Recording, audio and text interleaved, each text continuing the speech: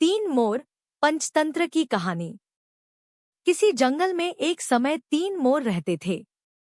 वे तीनों बहुत अच्छे मित्र थे और हर समय साथ में रहते थे। एक दिन उनमें से एक मोर को अपनी आवाज पर घमंड हो गया। उसने सोचा कि उसकी आवाज सबसे मधुर है और वह सबसे सुंदर गाता है।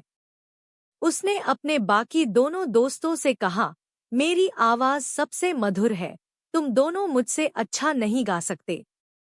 दूसरे मोरों ने उसकी बात सुनकर उसे समझाने की कोशिश की कि घमंड करना ठीक नहीं है, लेकिन उसने उनकी बात नहीं मानी और उनका मजाक उड़ाने लगा।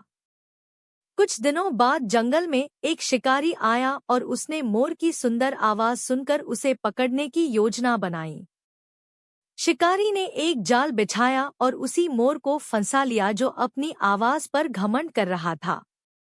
जब वह फंस गया तो उसे एहसास हुआ कि उसकी आवाज ही उसके लिए मुसीबत बन गई है। उसके दोनों दोस्तों ने उसे देखा और शिकारी से उसे बचाने की योजना बनाई। वे दोनों मिलकर शिकारी का ध्यान भटकाने लगे और एक मोर ने अपनी तेज चोंच से जाल काट दिया, जिससे उनका मित्र आजाद हो गया। उस मोर ने तब समझा कि उसकी आवाज या सुंदरता से ज्यादा महत्वपूर्ण दोस्ती और विनम्रता है। उसने अपने दोस्तों से माफी मांगी और तीनों फिर से अच्छे मित्र बन गए। शिक्षा घमंड करने से नुकसान ही होता है। हमें विनम्र और सहयोगी होना चाहिए।